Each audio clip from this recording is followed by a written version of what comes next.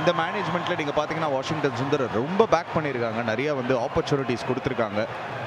In fact அவர் comeback பண்ணும்போது எல்லாரும் கொஞ்சம் சர்ப்ரைஸ்டாக இருந்தும் அவர் கம்பேக் பண்ணுறாரு, ஏன்னா ஐபிஎல் டீமில் விளாடல. இல்லை, அவர் வந்து விவேகால என்னோட ப்ராக்டிஸ் பண்ணியிருந்தார். ஸோ நான் இப்போ ஆக்சுவலாக எல்எஸ்ஜியில் இருந்தேன்.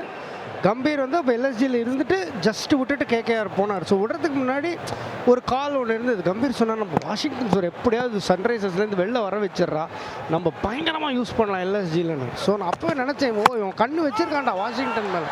ஸோ நான் விவேகாவில் வந்து ஒரு விளையாட்டாக சொன்னேன், வாஷி கம்பீர்கிட்ட நான் பேசியிருக்கேன், உன் மேலே ஒரு பயங்கர கண்ணு வச்சுருக்கான், உனக்கு எதுவும் பயங்கரமாக வரப்போகுது அவன் கோச் ஆனோடனே அப்படின்னு சொன்னேன்.